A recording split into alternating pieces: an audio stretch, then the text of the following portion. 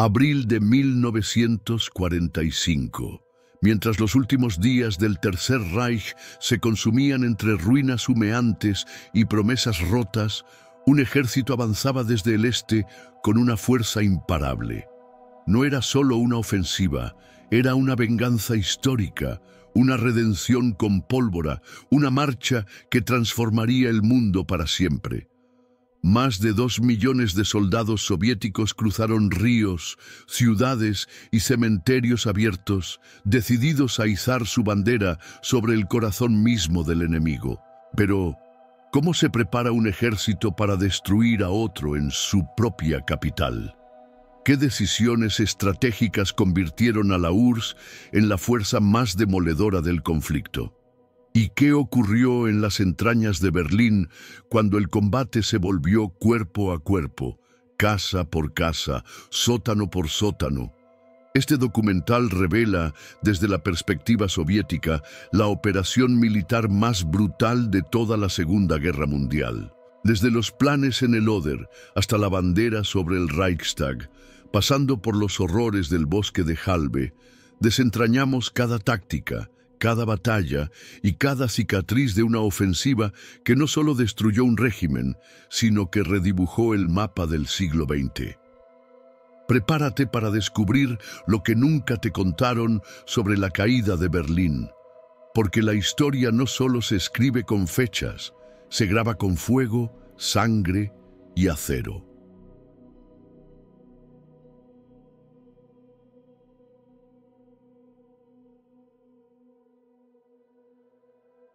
Cuando abril de 1945 abrió sus días con los ecos de un continente aún humeante, la Unión Soviética ya tenía claro que el tiempo de la justicia histórica había llegado.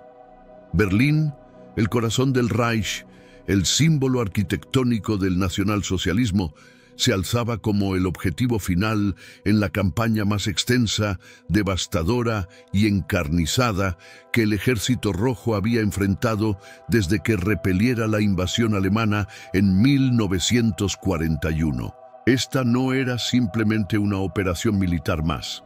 Era el cierre de cuentas abierto desde el asedio de Moscú, las ruinas de Stalingrado y los campos calcinados de Kursk.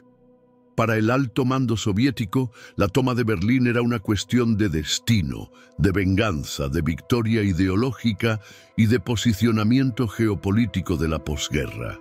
Tras años de combate que habían reducido vastas regiones de Europa Oriental a cenizas, el Ejército Rojo no solo había reconquistado su territorio, sino que ahora presionaba con fuerza imparable en el interior del propio Tercer Reich. Las campañas en Polonia, Hungría y Prusia Oriental habían diezmado al Heer alemán, obligando a Hitler a redistribuir unidades desgastadas, muchas veces conformadas por adolescentes y veteranos sin capacidad de reorganización efectiva. Este contexto permitió al alto mando soviético, Stavka, planear con audacia y brutal eficacia la Operación Berlín. 3 frentes convergían sobre el objetivo. El primer frente bielorruso del mariscal Georgi Zhukov, encargado del golpe frontal sobre Berlín desde el este. El primer frente ucraniano del mariscal Iván Konev, que flanquearía desde el sur y sellaría las rutas de escape alemanas hacia Baviera, y el segundo frente bielorruso del mariscal Konstantin Rokossovski, que presionaría desde el norte y se encargaría de aniquilar los bolsillos residuales de resistencia germana en Pomerania. En total, estas agrupaciones sumaban más de 2,5 millones de soldados, respaldados por más de 40.000 piezas de artillería, 6.000 tanques y más de 7.000 aviones. La dimensión logística de este despliegue es difícil de imaginar. A lo largo de cientos de kilómetros de carreteras destrozadas y vías férreas improvisadas, trenes blindados y columnas de camiones I-5 transportaban municiones, combustible, alimentos y personal médico hacia la línea del Oder. Los zapadores soviéticos trabajaban día y noche construyendo puentes flotantes y reforzando las cabezas de puente existentes, particularmente en Kustrin, el punto clave que permitiría el cruce del río para el golpe de Chukov. Se levantaban hospitales de campaña, centros de reparación de blindados y estaciones de combustible móviles para mantener el ritmo implacable del avance. Pero más allá del poder material, lo que definía esta etapa de la guerra era el fervor ideológico. Cada división llevaba consigo comisarios políticos encargados de reforzar el mensaje de que Berlín no era solo un objetivo militar, sino el castigo divino contra los criminales que habían violado, quemado y asesinado en suelo soviético. No era infrecuente que, antes del combate, se leyeran cartas de madres asesinadas en Bielorrusia o se proyectaran imágenes de aldeas destruidas por las SS. La guerra ya no era solo una defensa de la patria, sino una cruzada moral contra la tiranía nazi. A nivel operativo, la Stavka delineó una estrategia que combinaba precisión quirúrgica y fuerza bruta.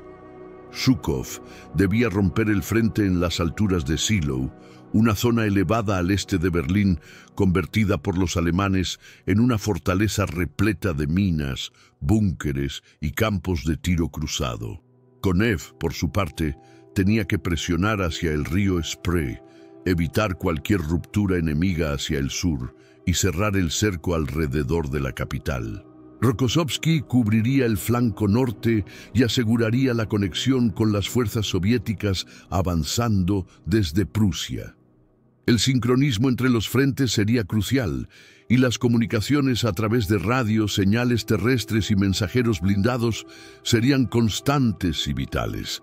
Este despliegue masivo también fue acompañado por un aparato de inteligencia robusto. El Smersh, organización de contrainteligencia soviética, desplegó unidades para detectar cualquier infiltrado alemán, asegurar la fidelidad de las tropas y preparar la administración de los territorios conquistados. Paralelamente, el NKVD planeaba ya la gestión civil de Berlín una vez conquistada, anticipando no solo el fin de la guerra, sino el comienzo de una ocupación política sin retorno. En este contexto de preparación minuciosa, coordinación colosal y motivación incendiaria, el Ejército Rojo aguardaba la orden definitiva. Sabían que cruzar el Oder no sería sencillo. Hitler, acorralado pero aún dispuesto a resistir hasta el último cartucho, había concentrado a la diezmada pero fanática Novena Armada en la defensa de Berlín. A pesar de las derrotas acumuladas, la Wehrmacht no estaba dispuesta a rendirse sin antes infligir al invasor soviético el máximo costo humano posible. Los días se alargaban. Los cielos de Europa comenzaban a despejarse de las tormentas invernales y la maquinaria bélica soviética rugía en cada bosque, en cada trinchera y en cada puesto de mando. Era el preludio del choque más decisivo del frente oriental. Zhukov, Konev y Rokossovski afinaban sus planes mientras Stalin, desde el Kremlin, exigía resultados rápidos y contundentes. El mundo estaba a punto de presenciar el rugido final del gigante soviético. Para comprender la dimensión total del esfuerzo soviético previo al asalto a Berlín, es necesario profundizar en los distintos niveles de planificación que lo sustentaron. En los centros de mando de los tres frentes soviéticos, los oficiales de Estado Mayor trabajaban día y noche analizando mapas de inteligencia aérea, patrones de defensa alemana, rutas logísticas y predicciones meteorológicas. Cada movimiento requería coordinación milimétrica entre artillería, infantería, blindados, ingenieros y aviación, con el objetivo de evitar cualquier colapso operacional en el tramo final de la guerra. Una de las claves operativas fue el despliegue masivo de artillería. La Unión Soviética había perfeccionado el uso del Valle de Fuego, una táctica que implicaba saturar un sector enemigo con fuego de artillería constante durante minutos u horas hasta desintegrar sus defensas. Para la batalla de Berlín, Zhukov dispondría de más de 41.000 cañones de distintos calibres, incluidos los temidos obuses de 152 y 203 milímetros y las legendarias lanzacohetes Katyusha, conocidas entre las tropas como los órganos de Stalin por su sonido aterrador. La idea no era solo romper líneas, sino destruir la moral alemana antes de que el combate cuerpo a cuerpo comenzara. Al mismo tiempo, la aviación del Frente Oriental se preparaba para un despliegue sin precedentes. Más de 7.000 aeronaves de combate, entre cazas Yakovlev, bombarderos P-2 y L-2, Sturmovik y unidades de reconocimiento, fueron reasignadas para dar apoyo cerrado a las fuerzas terrestres durante el avance. El objetivo era asegurar el dominio aéreo absoluto sobre Berlín y sus alrededores, aislar las fuerzas alemanas del resto del país y dificultar cualquier intento de retirada organizada. Los aeródromos improvisados se extendían como hongos sobre la tierra ennegrecida de Brandeburgo, listos para recibir las oleadas de pilotos soviéticos curtidos en 1000 combates. Por otro lado, los ingenieros del Ejército Rojo jugaban un papel central. La mayoría de los puentes sobre el río Oder habían sido destruidos por los alemanes, por lo que las unidades de zapadores soviéticos construyeron pasarelas flotantes, ferries blindados y estructuras de pontones bajo constante amenaza de artillería enemiga. Era una carrera contra el tiempo y contra la precisión de los obuses alemanes que sabían que cada puente completado acercaba al enemigo un paso más a su corazón. Dentro de las tropas soviéticas se respiraba una mezcla de determinación, agotamiento y sed de justicia. Muchos soldados del frente habían combatido en Stalingrado, sobrevivido al infierno helado de la retirada alemana en 1943, cruzado Polonia en llamas y liberado campos de concentración cuyos horrores habían dejado una marca imborrable en sus almas. Sabían que estaban a punto de escribir el capítulo final de una epopeya. En los trenes y camiones, los soldados hablaban de Berlín como quien habla de un mito, una ciudad lejana, símbolo del enemigo, pero también del fin. Sabían que el camino sería sangriento, pero también sabían que no había marcha atrás. Desde el Kremlin, Stalin monitoreaba cada avance, cada decisión táctica, cada despliegue. Su obsesión por la captura de Berlín no era solo militar, sino profundamente política.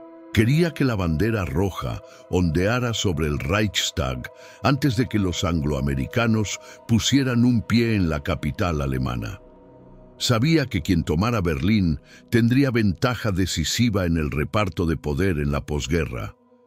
Por eso, cada día de demora se traducía en presión directa sobre Zhukov y Konev. No había margen para errores, ni para titubeos. El ambiente dentro del alto mando soviético era de tensión máxima. Las rivalidades personales entre Zhukov y Konev, dos gigantes de la estrategia militar soviética, se intensificaban mientras ambos se acercaban desde direcciones distintas a la ciudad. Aunque coordinaban sus movimientos generales, la pugna por el prestigio de ser quien entrara primero en Berlín era innegable. Stalin, hábil manipulador, alimentaba esta competencia como forma de acelerar el avance y asegurarse resultados rápidos. Con los primeros días de abril consumiéndose, las unidades estaban listas. Cada frente tenía asignadas rutas, objetivos parciales y puntos de encuentro. La moral de las tropas era alta, pero nadie se hacía ilusiones. Los combates que se avecinaban serían brutales. Berlín no sería tomada sin pagar un precio altísimo en sangre. A las orillas del Oder, mientras las noches aún eran frías y el barro empapaba los uniformes, los hombres del Ejército Rojo escuchaban los zumbidos de la artillería en la distancia. Algunos escribían cartas sabiendo que tal vez nunca serían enviadas. Otros afilaban sus bayonetas, ajustaban sus botas o simplemente miraban el horizonte esperando. En el aire, un silencio denso, expectante, se cernía como preludio del estruendo. En la madrugada del 16 de abril de 1945, ese silencio sería finalmente roto, y con él comenzaría la batalla final que cambiaría el destino de Europa.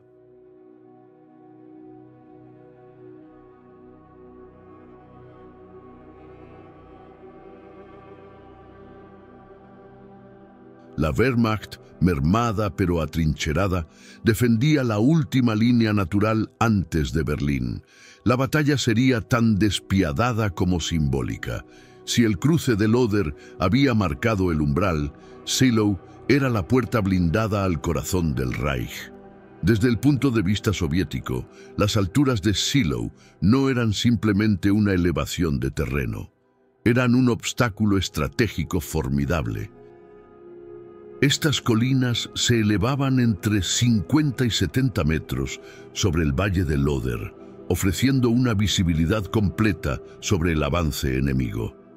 Los alemanes, conscientes de su importancia, las habían transformado en un infierno de trincheras, búnkeres de concreto, campos minados, zanjas antitanques y posiciones interconectadas por túneles. El mariscal Georgi Zhukov sabía que para tomar Berlín debía desgarrar este frente con una fuerza demoledora. El despliegue soviético era colosal. Al mando del primer frente bielorruso, Zhukov alineaba más de 77 divisiones, organizadas en 3 ejércitos de choque: el tercer ejército de choque, el quinto ejército de choque y el octavo ejército de la Guardia, respaldados por 2 ejércitos acorazados de élite, el primer y el segundo ejército de tanques de la Guardia. A su retaguardia, miles de piezas de artillería, katyushas y baterías pesadas aguardaban el momento señalado. Desde el aire, la Fuerza Aérea Soviética tenía preparados más de 1000 bombarderos tácticos y cazas de apoyo para aplastar cualquier resistencia desde las alturas. A pesar de esta superioridad abrumadora, el enemigo no debía ser subestimado. La novena Armada alemana, comandada por el general Theodor Busse, había sido reforzada con divisiones de Volkssturm, tropas de las Waffen-SS, unidades de paracaidistas y milicias formadas por jóvenes reclutas y ancianos veteranos. Aunque mal equipados y al borde del colapso logístico, defendían su patria con una ferocidad casi desesperada.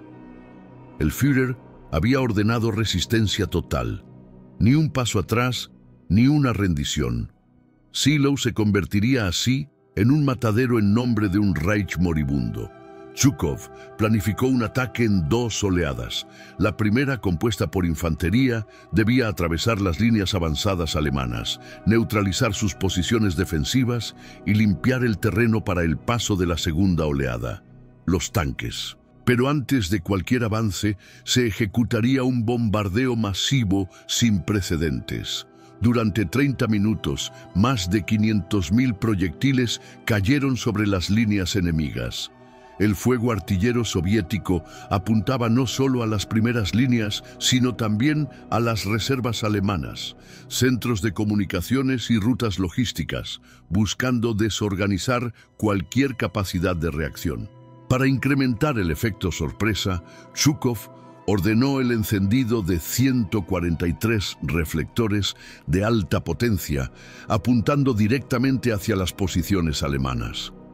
La idea era doble: cegar a los defensores y facilitar la visibilidad de avance a la infantería soviética. Sin embargo, el efecto fue el contrario. La niebla matinal y la humedad del valle convirtieron los haces de luz en una cortina luminosa que delineaba perfectamente las siluetas de los atacantes. En vez de cegar, los reflectores expusieron a miles de soldados soviéticos al fuego cruzado de las ametralladoras alemanas. Las primeras oleadas del octavo ejército de la Guardia, comandado por el legendario general Vasily Chuikov, héroe de la defensa de Stalingrado, encontraron una resistencia mucho más organizada de lo previsto. La retirada estratégica alemana durante la noche previa había vaciado las primeras líneas, permitiendo que el bombardeo soviético arrasara trincheras vacías mientras los verdaderos núcleos de defensa permanecían intactos en las alturas. Así, cuando la infantería soviética irrumpió confiada, se encontró bajo un fuego devastador de artillería ligera, cañones antitanque y nidos de ametralladoras camuflados. Desde su puesto de observación avanzado en el promontorio de Reitvine, Zhukov y Chuikov observaron con creciente preocupación el lento progreso. Las bajas aumentaban por minuto.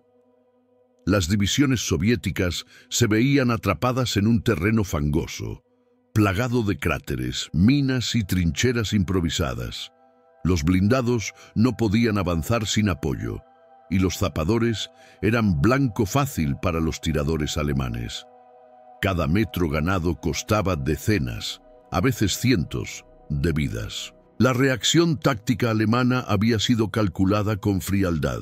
El general Heinrich Ricci, comandante del grupo de ejércitos Vístula, había anticipado el ataque con tal precisión que ordenó la evacuación de la primera línea horas antes del bombardeo, ahorrando vidas y preservando su capacidad de resistencia en la segunda y tercera línea de defensa. Su decisión, vista por algunos como retirada, fue en realidad una jugada maestra que provocó el error de cálculo más costoso para Zhukov durante toda la campaña. A pesar de las dificultades, las tropas soviéticas persistían. Escuadras de asalto, equipadas con lanzallamas, subfusiles PPSH y granadas antitanque, combatían casa por casa, búnker por búnker. Cada resistencia alemana era destruida con fuego directo de artillería de campaña o con ataques aéreos precisos. Las unidades del primer ejército de tanques de la Guardia se preparaban para el cruce masivo del Oder, mientras la infantería, literalmente a pie, trataba de asegurar los puntos altos desde donde los observadores enemigos dirigían el fuego.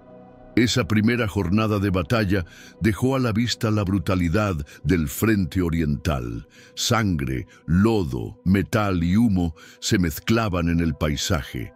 Los campos alrededor de Seelow se convertían en una trampa mortal de alambradas y cadáveres calcinados. Las órdenes eran claras: resistir, avanzar, ganar. No había retorno. En las trincheras soviéticas, los oficiales reorganizaban las compañías, utilizando reemplazos en el acto, mientras los médicos trataban de estabilizar a los heridos bajo fuego enemigo. Las radios crepitaban sin cesar. Los comisarios políticos instaban a continuar. Berlín estaba más cerca que nunca. Y así, con cada explosión, cada ráfaga, cada caída, el Ejército Rojo comenzaba a tallar con fuego el camino hacia la capital del nazismo. La noche del 16 de abril cayó sobre Seelow como una mortaja espesa y maldita. A pesar de la preparación minuciosa y la potencia de fuego descomunal, las tropas soviéticas no habían logrado romper las defensas alemanas en su totalidad. Zhukov, impaciente y presionado por las directivas del Kremlin, sabía que no podía permitirse más retrasos. Berlín debía ser tomada antes que los aliados occidentales cruzaran completamente el Elba. En un acto de decisión arriesgada, el mariscal ordenó adelantar la segunda oleada del ataque. Los ejércitos acorazados. A la madrugada del 17, los tanques T-34-85, los IS-2 y los Su-152 comenzaron a cruzar los puentes del Oder bajo el fuego directo de la artillería alemana. Las columnas blindadas del primer y segundo ejército de tanques de la Guardia se lanzaron sobre un terreno ya devastado por días de bombardeo. Las rutas de avance estaban plagadas de cráteres, vehículos calcinados y restos de unidades de infantería aún atrapadas en los campos fangosos. Pero no había opción. era avanzar o empantanarse en una batalla que podía costarle a la URSS la primacía simbólica en la toma de Berlín. La introducción de blindados cambió el tono del combate. Allí donde la infantería sufría por cada metro, los cañones de 122 milímetros de los IS-2 abrían pasillos de fuego entre las defensas alemanas. Las fortificaciones fueron reducidas a escombros y las divisiones alemanas comenzaron a fragmentarse bajo la presión combinada de tanques, infantería y aviación. La coordinación aérea terrestre alcanzó su clímax con los ataques en picada de los IL-2 Sturmovik, que aniquilaban nidos de resistencia y columnas de suministro enemigas con una eficacia aterradora. Sin embargo, la resistencia alemana no había sido vencida. El general Heinrichi, lejos de replegarse sin más, había reservado a sus últimas unidades blindadas, incluyendo algunos Tiger II de la división Müncheber, para lanzarlas en contraataques locales que causaron estragos en las columnas soviéticas. Los duelos de tanques se sucedían a corta distancia y aunque los T-34 eran numéricamente superiores, cada Tiger bien posicionado podía destruir media docena antes de ser eliminado. A pesar de su valentía, las fuerzas alemanas no podían reponer sus pérdidas. El desgaste era brutal y unidireccional. Los testimonios de la batalla revelan una imagen desgarradora. El joven teniente Grigori Mikhailovich Jora, de la primera guardia blindada, recordaría: «Estaba en el infierno, cada trinchera era una tumba abierta, cada bosque una trampa, cada aldea un obstáculo con fuego cruzado, pero avanzábamos, siempre avanzábamos». El avance soviético era lento, costoso, pero imparable, como una ola que no retrocede. El combate cuerpo a cuerpo durante la noche del 17 fue de una brutalidad extrema. Escuadrones de asalto soviéticos, armados con lanzallamas Roka S-3 y PPSH-41, asaltaban búnkeres alemanes en enfrentamientos donde no se daba cuartel. Las bajas eran tan elevadas que algunos batallones agotaban sus reservas de soldados antes del amanecer. En los hospitales de campaña, los médicos trabajaban sin descanso. La norma era atender primero a los heridos, con mayor capacidad de volver al frente. Para muchos, una herida leve era la sentencia de muerte por abandono. Para el 18 de abril, los alemanes ya no podían sostener sus líneas. El flanco norte, defendido por la 9ª División de Infantería, comenzó a ceder ante la presión del Tercer Ejército de Choque. Los pueblos de Zielów, Wriezen y Golzow fueron cayendo uno a uno. La 9ª Armada alemana, ya sin municiones ni reservas, entró en fase de disolución. Las órdenes de Hitler desde el búnker en Berlín eran ignoradas o imposibles de cumplir. El ejército estaba aislado, desconectado y exhausto. En la noche del 18 al 19, los últimos combates en las alturas se convirtieron en masacres aisladas. Pequeños grupos de alemanes, atrincherados en casas o ruinas, resistían hasta el último cartucho, convencidos de que la captura por parte de los soviéticos significaba la muerte.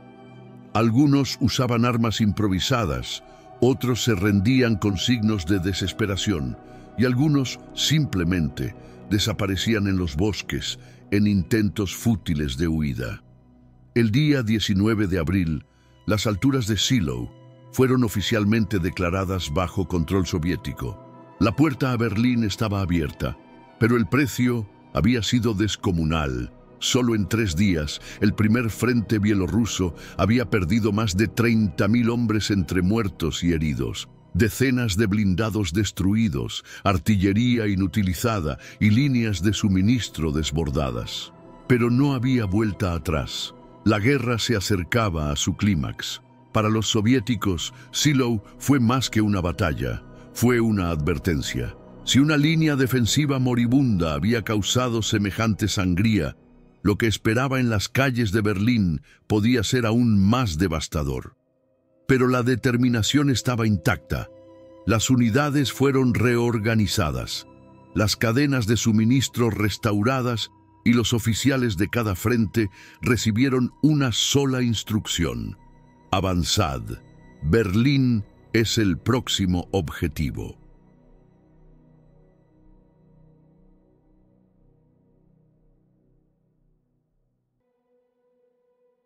Tras la conquista de las alturas de Seelow el 19 de abril de 1945, las compuertas de la ofensiva soviética quedaron abiertas. La llanura berlinesa, desgarrada y vacía, se extendía ante las columnas del Ejército Rojo como un campo de batalla aún por bautizar. Lo que quedaba entre los soldados soviéticos y la capital del Tercer Reich eran poco más de 80 kilómetros de ruinas, pueblos bombardeados y retazos de unidades alemanas en retirada o preparadas para un último sacrificio. Había comenzado el avance definitivo hacia Berlín, rápido, encarnizado y marcado por una violencia acumulada durante casi 4 años de guerra total. Los ejércitos soviéticos no eran una marea ciega, eran una fuerza meticulosamente organizada en ejes de avance, vanguardias blindadas, destacamentos de exploración, zapadores, artillería móvil, infantería de acompañamiento y aviación táctica. En la punta del embate, los tanques T-34-85 de la Primera Guardia Blindada aplastaban cualquier resistencia que osara interponerse. A sus lados, las divisiones del Tercer Ejército de Choque y del Octavo Ejército de la Guardia avanzaban cruzando aldeas en llamas, carreteras colapsadas y posiciones improvisadas de la Volkssturm, la milicia civil alemana conformada por jóvenes de 14 años y ancianos de más de 60. Uno de los puntos neurálgicos en este avance fue la ciudad de Müncheberg, situada en la carretera directa hacia Berlín. Allí, una resistencia organizada por unidades remanentes de la Novena Armada alemana intentó contener el ímpetu soviético con búnkeres, cañones antitanques y barricadas urbanas. La ciudad fue sometida a un bombardeo aéreo y de artillería intensivo. Los restos de su centro histórico fueron pulverizados antes de la entrada de la infantería soviética, que libró combates casa por casa, despejando sótanos y pasajes subterráneos. Müncheberg cayó en pocas horas, pero su destrucción fue total. El mensaje era claro: no habría refugio para los defensores del Reich.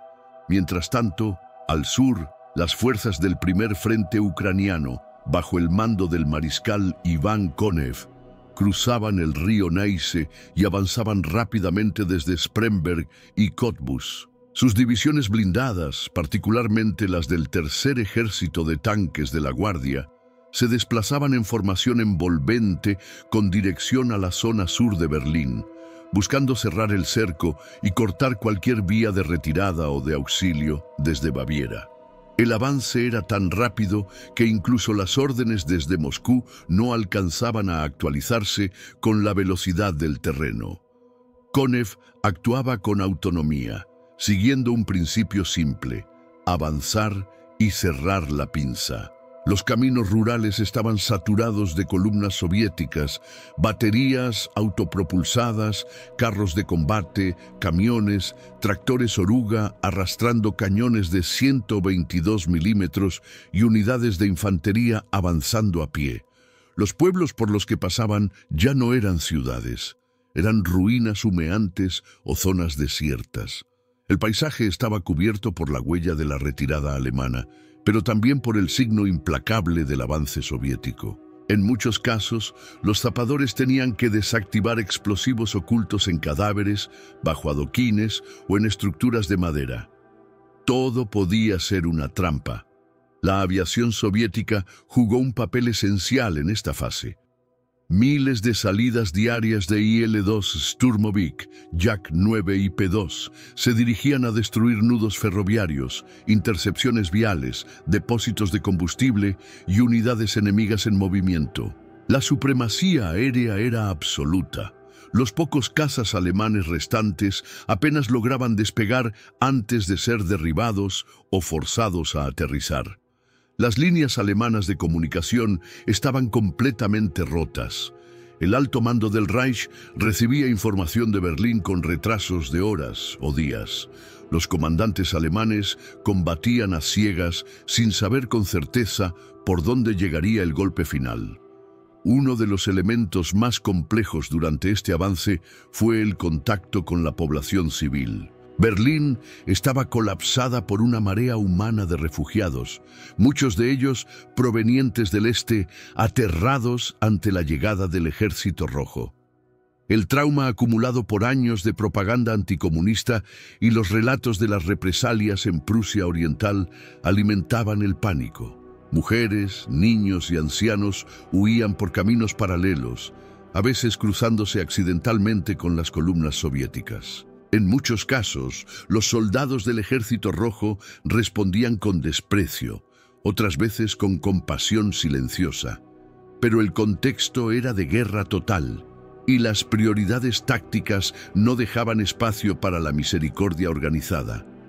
Entre las tropas soviéticas también marchaban fuerzas aliadas, el primer ejército polaco compuesto por miles de soldados que, tras haber combatido desde el Vístula, ahora buscaban recuperar su dignidad como parte de los libertadores de Europa.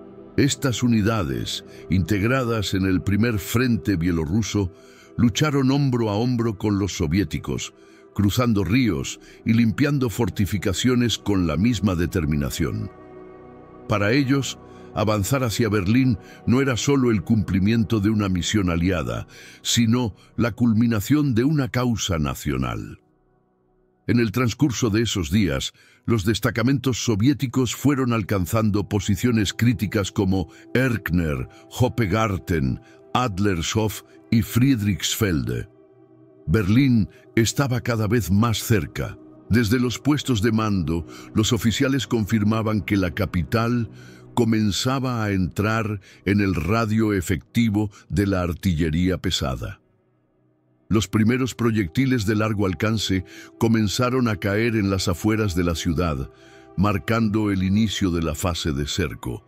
Las líneas telefónicas alemanas colapsaron. El caos se instaló en los barrios del este de Berlín, donde aún se creía que quedaban días de margen antes del asalto definitivo. En la mente de los soldados soviéticos no había lugar para la duda. Habían cruzado Europa a pie, desde las ruinas de Stalingrado, las calles de Kharkov, los campos nevados de Kursk y las colinas de Lublin. Ahora, la sombra de la puerta de Brandeburgo se proyectaba como una promesa. Berlín era la culminación de una odisea de acero y sangre, y estaban dispuestos a conquistarla, cueste lo que cueste. Mientras los últimos bastiones alemanes se desmoronaban ante la arremetida soviética, las columnas del Ejército Rojo entraban en la periferia de Berlín, una ciudad que ya no era una metrópoli funcional, sino una inmensa trampa de concreto, ruinas y desesperación. El avance desde el este y el sureste se convirtió en un proceso de segmentación táctica. Se trazaron rutas de penetración hacia el centro urbano, se asignaron zonas a cada cuerpo de ejército y se identificaron objetivos prioritarios. Estaciones de tren, cruces viales, puentes y centros administrativos para paralizar la capacidad de resistencia organizada del enemigo. El tercer ejército de choque fue uno de los primeros en establecer contacto visual con las barriadas externas de Berlín, particularmente en la zona de Marzahn y Lichtenberg. Estas áreas, antes industriales y obreras, ahora estaban desiertas o pobladas por residentes que improvisaban defensas con escombros. Cada edificio podía ser una fortaleza, cada sótano, un refugio armado. Las tropas soviéticas comenzaron a entrar en estas zonas con un sentido claro de urgencia: evitar que los alemanes tuvieran tiempo de fortificar el centro con líneas de fuego escalonadas. La resistencia alemana aún mantenía núcleos organizados. La división SS Nordland, conformada por voluntarios noruegos, daneses y holandeses, había sido posicionada en el sur y sureste de Berlín con órdenes explícitas de defender hasta la aniquilación. Junto a ellos, unidades de la Hitlerjugend y miembros de la Volkssturm empuñaban Panzerfausts, rifles Mauser y lanzagranadas portátiles desde ventanas, tejados y sótanos. A pesar de su falta de experiencia, estos combatientes lograban causar bajas sensibles, especialmente en las primeras oleadas de infantería soviética que entraban sin el apoyo blindado adecuado. En respuesta, el Ejército Rojo adoptó tácticas de asalto urbano aprendidas a sangre y fuego en Stalingrado.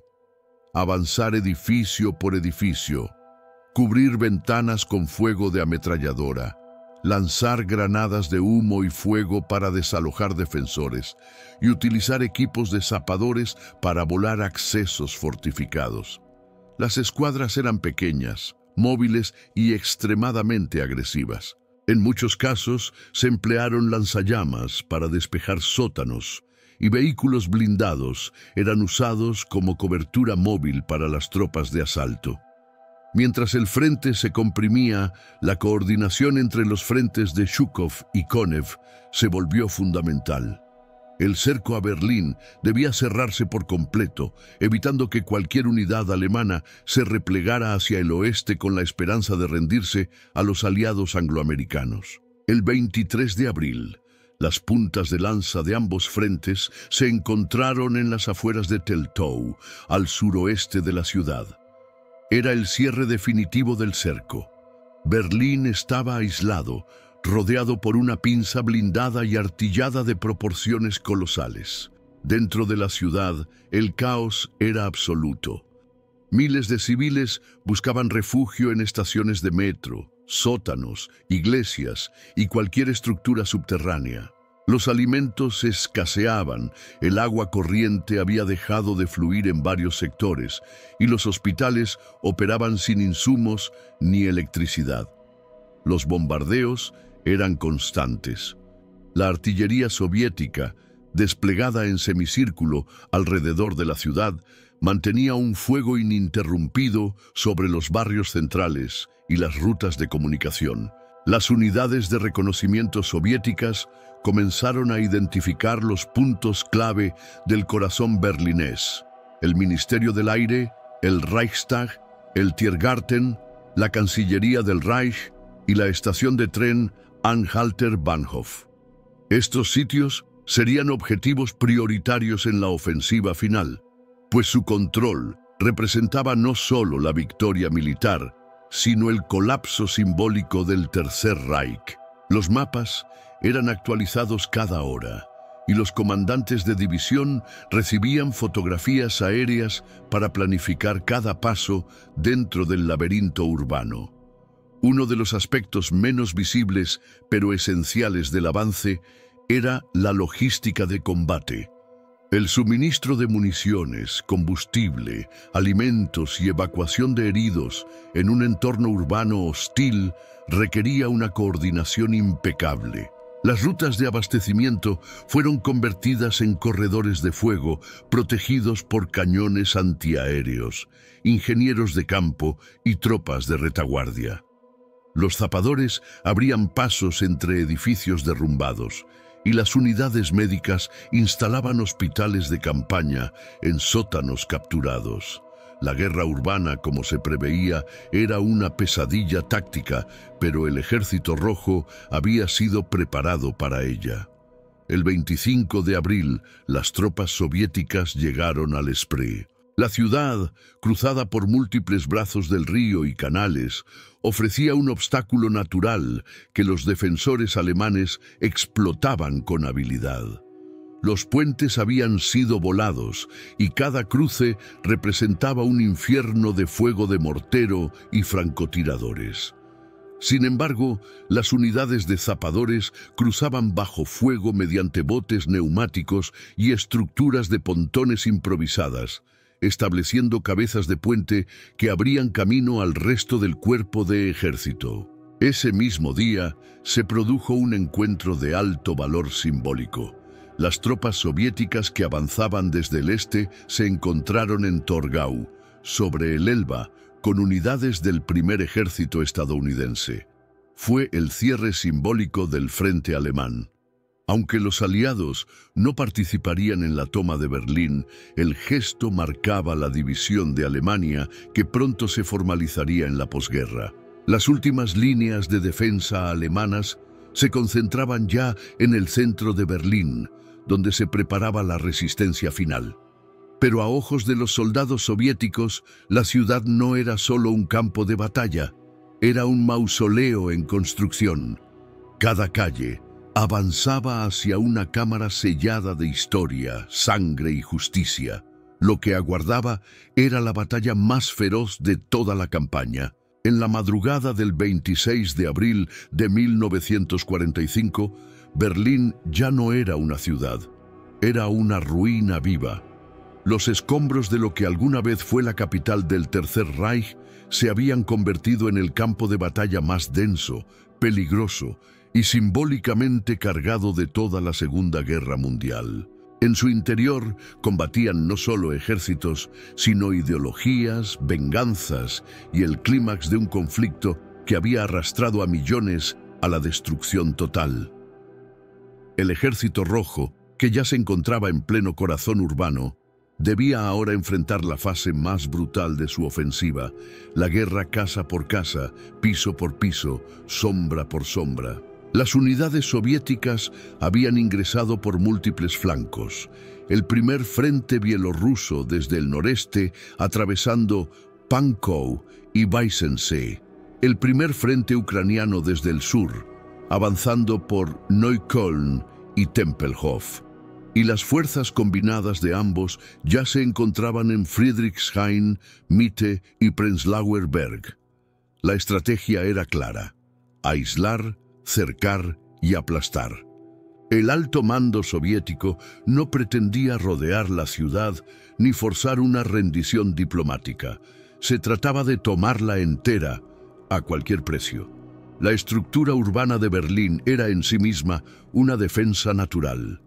Calles estrechas, edificios sólidos de 4 o 5 pisos, cientos de búnkeres subterráneos, estaciones de metro reconvertidas en túneles de combate y un sistema de comunicación que permitía a los defensores moverse sin exponerse a fuego directo. Los soviéticos sabían que su poderío de fuego, aunque inmenso, tenía limitaciones en este entorno. No era posible avanzar tanques por cada calle, ni utilizar artillería de saturación sin arrasar todo a su paso.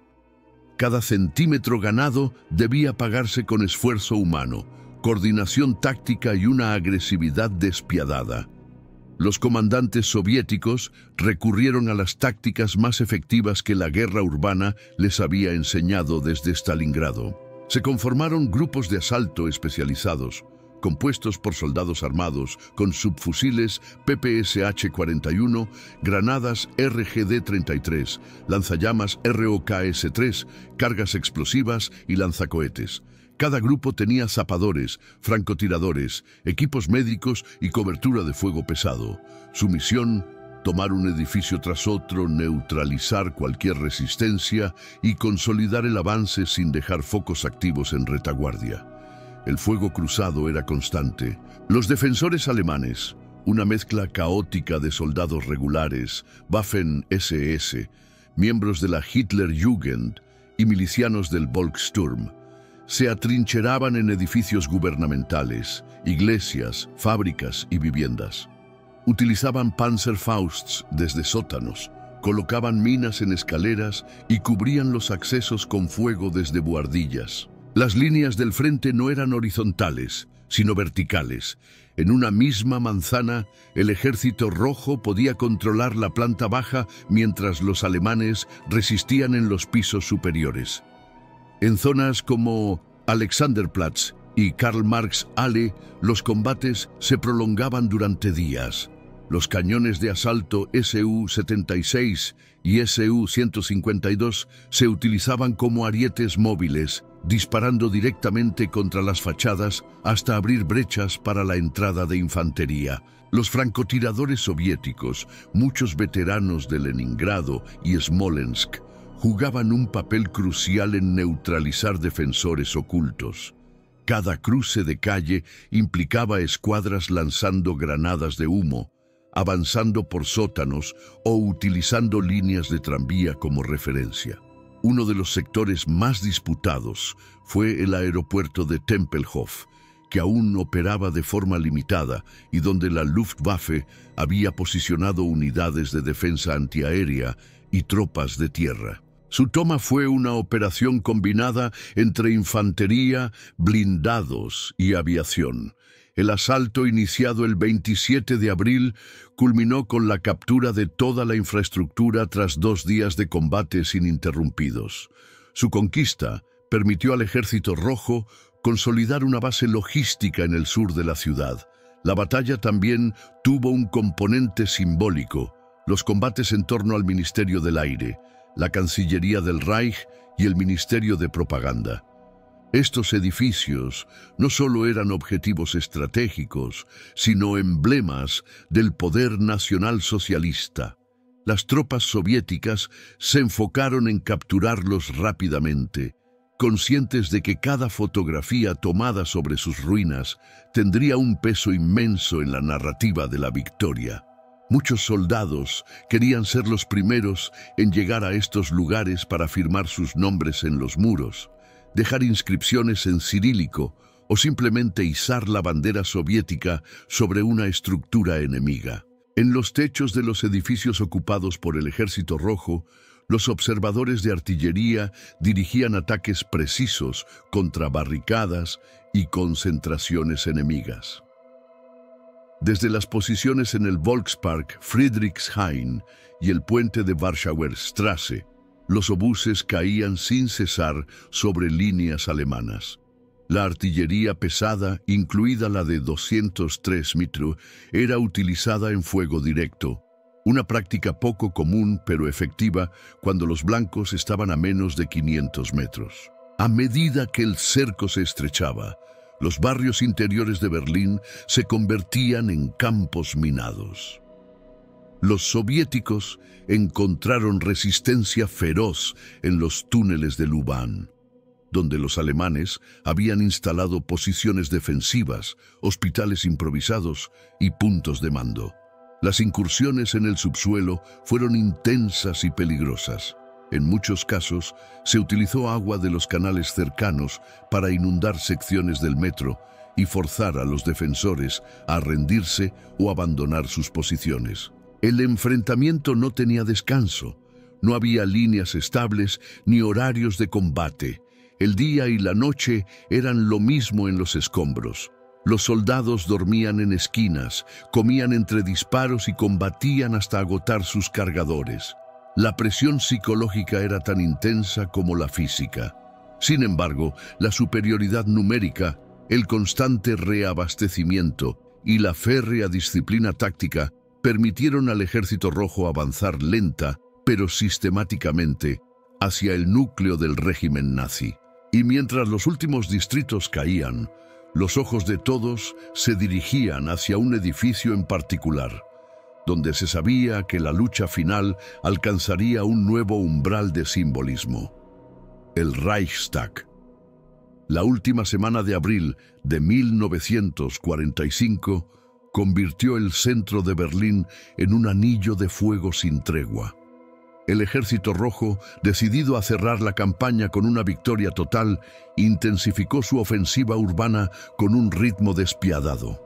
Las divisiones de vanguardia avanzaban por el corazón del distrito gubernamental, mientras la artillería pesada barría con precisión quirúrgica cada foco de resistencia que quedaba en pie. En los mapas de los comandantes soviéticos, el objetivo principal estaba ya delineado con rojo: el Reichstag. A pesar del simbolismo que los soviéticos atribuían al edificio, aún quedaban zonas estratégicas que requerían limpieza y consolidación. El Ministerio del Interior, la Cancillería del Reich y la estación de tren Anhalter-Bahnhof eran centros de mando, logística y tránsito militar que la Wehrmacht y las SS defendían con obstinación suicida. Cada una de estas estructuras representaba días de combates internos, escaleras tomadas y retomadas, pisos disputados centímetro a centímetro y sótanos convertidos en trincheras improvisadas. La artillería de asedio era utilizada a quemarropa. En algunos casos, los cañones eran apuntados directamente contra las puertas y muros de los edificios, reduciéndolos a polvo antes de que la infantería hiciera su entrada. El frente más denso se encontraba en torno al barrio de Tiergarten, una zona boscosa y administrativa donde se alzaban los símbolos más importantes del régimen. Los tanques IS-2 y los Su-152 abrían brechas entre las barricadas y carreteras cubiertas de árboles, disparando contra nidos de resistencia en los parques, estatuas y entradas a búnkeres. El puente Moltke, uno de los últimos pasos sobre el Spree hacia el distrito gubernamental, fue escenario de una de las batallas más encarnizadas. La defensa alemana, compuesta por tropas SS y cadetes de la Escuela de Artillería, repelió varios ataques antes de ceder ante un asalto coordinado por la infantería soviética y blindados que disparaban a corta distancia. Dentro del ejército alemán, el colapso era evidente. Las comunicaciones se interrumpían con frecuencia, los suministros de munición estaban agotados y las órdenes contradictorias desde el Führerbunker aumentaban el caos. La moral, sin embargo, era extrañamente alta en algunos sectores. Los más fanáticos aún creían que podían resistir, confiando en supuestas divisiones imaginarias que Hitler aseguraba que acudirían a rescatar la ciudad. Otros simplemente luchaban para no caer prisioneros, sabiendo que la rendición ante los soviéticos podría significar el fin inmediato. Los soviéticos respondían con pragmatismo militar. No había espacio para piedad, pero tampoco para crueldad innecesaria. Las escuadras de asalto avanzaban con precisión, apoyadas por fuego de cobertura y observadores de artillería. Las compañías rotaban cada 12 horas para mantener frescas las líneas de asalto. Los zapadores empleaban cargas explosivas para volar muros medianeros y facilitar el avance por el interior de las manzanas. El combate se transformaba en un acto quirúrgico de demolición y limpieza. Uno de los momentos más tensos fue la toma del Ministerio de Propaganda, dirigido por Joseph Goebbels, hasta sus últimos días. El edificio fue defendido con fiereza por oficiales de las SS y personal administrativo armado. Las tropas soviéticas debieron combatir planta por planta con fuego de lanzallamas y granadas. Al final, tras 2 días de enfrentamientos, el lugar fue asegurado y los documentos incautados por el NKVD para análisis inmediato. Algunos testimonios sugieren que fue allí donde se planificaron las últimas transmisiones radiales del régimen. En medio del caos, la población civil seguía atrapada.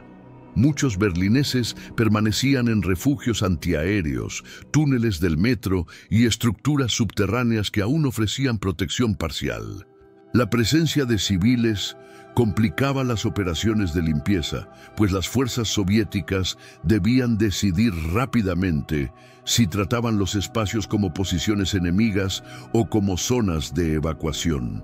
La orden general era mantener el avance a toda costa.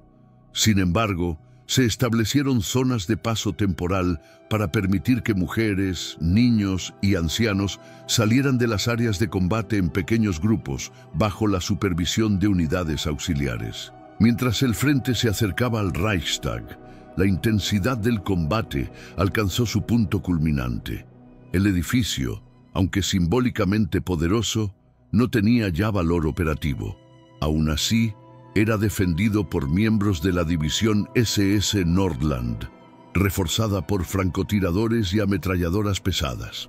Las tropas soviéticas, encabezadas por el 150º Regimiento de Rifles de la Guardia, recibieron la orden directa de tomar el edificio y plantar la bandera roja sobre su cúpula. La orden venía desde el propio Kremlin. El mundo debía ver la caída de Berlín en una imagen, pero ese momento aún no había llegado. Las calles circundantes, la zona del canal, la Cancillería del Reich y los accesos al búnker de Hitler seguían defendidos con una obstinación que rozaba lo irracional. La artillería soviética ya había reducido la superficie útil de muchos edificios a escombros. Sin embargo, en esos escombros aún combatían hombres decididos a morir con el régimen. Los soviéticos lo sabían. Cada minuto que pasaba, cada disparo que se intercambiaba, los acercaba al objetivo, y estaban dispuestos a pagar el precio total por alcanzarlo, porque más allá del combate, más allá de la táctica, más allá de la política, quedaba una misión: terminar lo que había comenzado en las ruinas de Stalingrado. El Reich debía caer, y debía caer bajo el peso del acero soviético.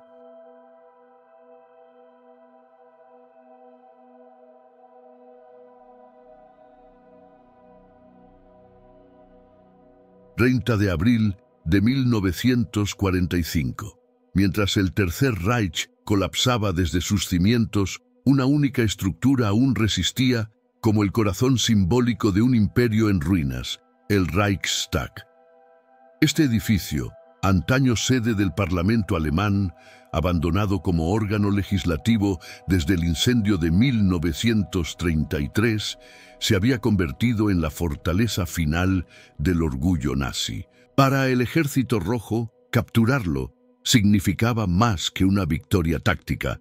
Era la consumación histórica de la caída del enemigo, el punto más alto de la campaña más sangrienta de la guerra moderna. Los comandantes soviéticos lo sabían. En los mapas del cuartel general del Tercer Ejército de Choque, el Reichstag era el blanco primario.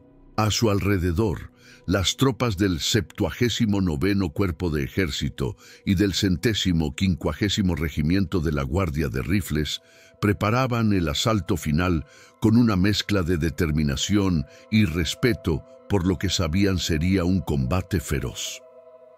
A pesar de su destrucción parcial por bombardeos anteriores, el edificio aún conservaba su estructura masiva. Muros gruesos, entradas fortificadas, sótanos convertidos en búnkeres y una red de francotiradores apostados en ventanas, cornisas y techos. El terreno que rodeaba el Reichstag era en sí un campo de muerte. El canal Spree, cuyas aguas habían sido parcialmente bloqueadas por escombros, separaba a las fuerzas soviéticas del objetivo. El puente Moltke, uno de los últimos accesos viables, había sido capturado tras una batalla encarnizada. Los alemanes habían minado la zona, dejando trampas explosivas en las calles y francotiradores en el Parlamento de Prusia y la Cancillería.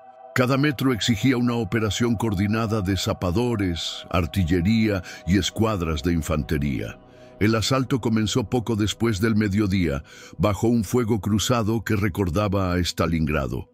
El 150º Regimiento de la Guardia, comandado por el coronel Vasily Shatilov, fue la unidad designada para liderar la ofensiva.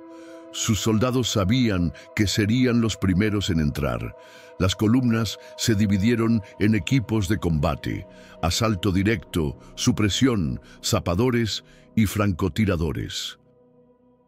Cada sección tenía su función milimétricamente asignada. Los primeros en cruzar el canal lo hicieron bajo una lluvia de balas, utilizando estructuras de pontones improvisadas y lanchas de asalto cubiertas con planchas de acero. Los blindados de apoyo, principalmente Su-76 y T-34, se posicionaron para proveer fuego de cobertura, disparando directamente contra las entradas del edificio. Los proyectiles de alto explosivo arrancaban trozos de mármol y granito de la fachada, mientras las columnas de infantería avanzaban entre explosiones, humo y metralla. La resistencia alemana, compuesta por elementos de la división SS Nordland y Volkssturm, respondía con fuego de ametralladora MG-42, Panzerfausts y granadas lanzadas desde las alturas del edificio. Cada acceso era una ratonera. Las puertas estaban reforzadas con sacos de arena, acero soldado y minas trampa. Los soviéticos abrieron paso con cargas explosivas colocadas directamente sobre las bisagras, ingresando a través del humo y los escombros con ráfagas de PPSH-41. Los primeros enfrentamientos ocurrieron en el vestíbulo principal, donde la escalera central se convirtió en un punto crítico. Las columnas del edificio ofrecían cobertura natural para los defensores, obligando a los soviéticos a usar lanzallamas para desalojar las posiciones alemanas. Los combates dentro del Reichstag fueron una batalla vertical. Cada piso estaba defendido como una línea del frente. En el primer nivel, la resistencia fue organizada, con barricadas improvisadas y posiciones con visión cruzada. Los soviéticos respondieron abriendo agujeros en paredes internas con explosivos, flanqueando a los defensores desde pasillos laterales. En el segundo piso, el avance se ralentizó. Los alemanes habían convertido las oficinas y salas de reuniones en cámaras de tiro, colocando ametralladoras pesadas apuntando a escaleras y corredores. El fuego era tan intenso que algunos soviéticos avanzaban arrastrándose o usando cadáveres como cobertura. Los sótanos, por su parte, estaban plagados de trampas. Allí se escondían oficiales de las SS, algunas tropas de élite y pequeños grupos que aún esperaban un milagro. Los zapadores soviéticos usaron granadas de fósforo y lanzallamas para limpiar los corredores oscuros, iluminados apenas por linternas atadas a los cascos. A cada explosión seguía un grito, un derrumbe, un disparo aislado. El eco de la muerte resonaba entre las columnas del antiguo Parlamento. Fuera del edificio, el combate continuaba en paralelo. Mientras el 150º regimiento combatía dentro del Reichstag, el 171º regimiento de la Guardia sostenía las líneas en las calles circundantes, rechazando contraataques desesperados lanzados desde la Cancillería del Reich y el Ministerio del Interior. Los alemanes trataban de distraer y frenar el asalto mediante fuego de artillería ligera y ataques de infantería desde los subterráneos. Nada funcionaba. El cerco estaba cerrado y el enemigo agotado. Los informes de inteligencia indicaban que Hitler se encontraba a menos de 500 metros, en su búnker bajo la Cancillería. El tiempo apremiaba, pero el simbolismo del Reichstag no podía postergarse. Desde Moscú, el Stavka esperaba una sola señal: la bandera soviética ondeando sobre el edificio. Y ese momento estaba por llegar. Pero primero habría que conquistar el último piso, abrirse paso hasta la azotea y enfrentar a los últimos defensores atrincherados entre los escombros y la historia. Con los pisos inferiores del Reichstag asegurados a sangre y fuego, los combates se desplazaron hacia los niveles superiores y el domo central. El 30 de abril de 1945, hacia las 19 horas, el coronel Vasily Shatilov dio la orden de avanzar hacia la cúpula. Las escaleras estaban parcialmente colapsadas, cubiertas de cadáveres, metralla y casquillos. Cada peldaño era una trinchera vertical, cada esquina una posible emboscada. En los pasillos de mármol, entre retratos destruidos del antiguo imperio alemán y los restos de oficinas quemadas, el Ejército Rojo continuaba su marcha hacia la historia. En las últimas plantas, los defensores alemanes se aferraban a la desesperación.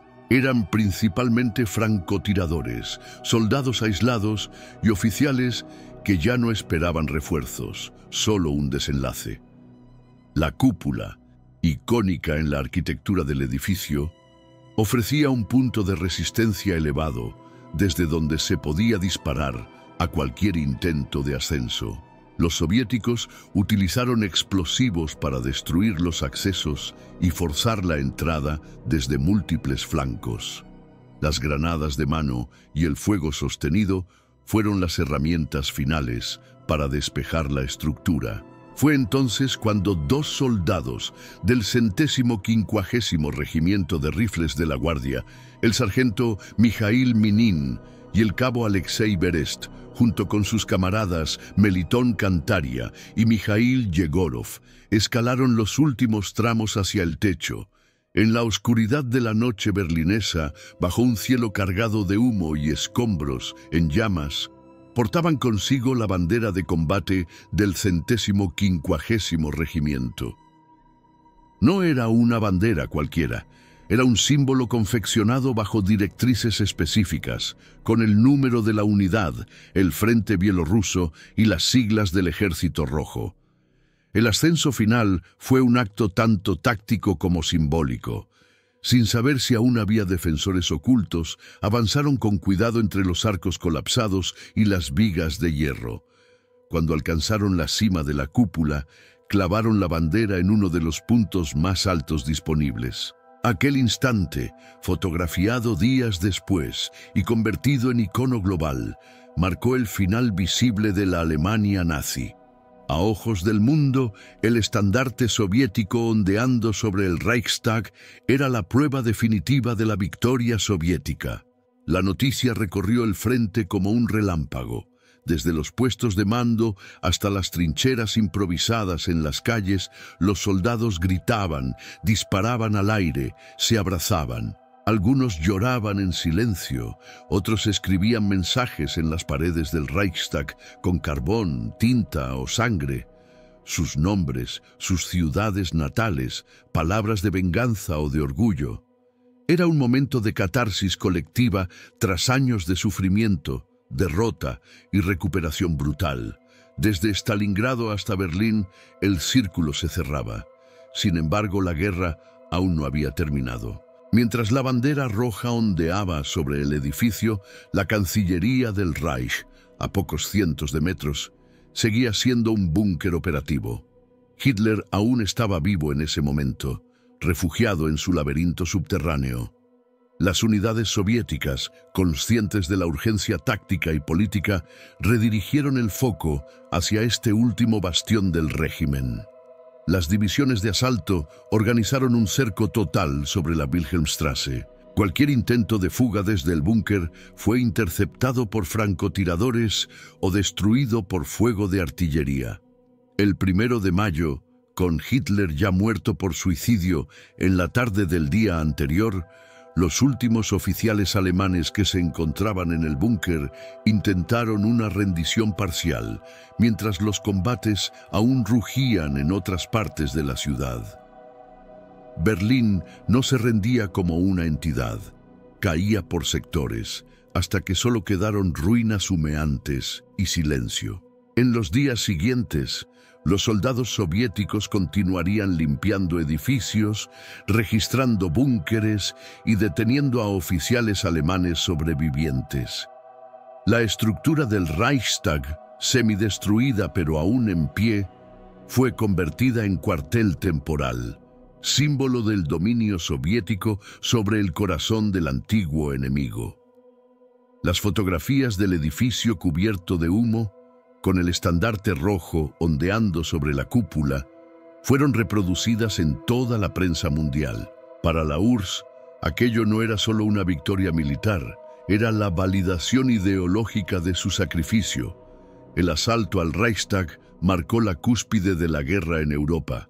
A partir de ese momento, todas las operaciones restantes serían de contención, consolidación y rendición. Berlín cayó, no solo como capital de un régimen, sino como símbolo del delirio imperial que arrastró a millones a la aniquilación. La bandera roja ondeando sobre el Reichstag no fue apenas una victoria militar. Fue el grito final de un pueblo que atravesó el infierno, desde las cenizas de Kiev hasta las ruinas del Spree. Pero tras el rugido de los cañones, Lo que quedó fue silencio. Y preguntas que aún nos persiguen. ¿Qué precio debe pagar una nación para sobrevivir al exterminio? ¿Hasta dónde puede llegar un ejército cuando la historia lo obliga a convertirse en instrumento de justicia y destrucción? ¿Y qué pasa cuando la victoria arrastra consigo cicatrices que no desaparecen ni con el paso de las generaciones? Las ruinas de Berlín, reconstruidas bajo otra bandera, no solo guardan la memoria del Tercer Reich, también contienen la historia no contada de miles de soldados soviéticos que jamás regresaron. El legado de su sacrificio aún late en los manuales militares, en los desfiles con botas resonando en la Plaza Roja y en las sombras de una ciudad que alguna vez fue el corazón del enemigo. Si este episodio reveló la potencia absoluta del Ejército Rojo en su apogeo, entonces la pregunta inevitable es, ¿qué hubiera pasado si la guerra hubiera continuado hacia el oeste? Déjanos tu opinión en los comentarios. Suscríbete al canal y activa las notificaciones para no perder los próximos capítulos, donde exploraremos las otras campañas decisivas que forjaron la historia militar del siglo XX. Nos vemos en el próximo documental, donde las trincheras, los mapas y la historia volverán a abrir sus páginas de acero.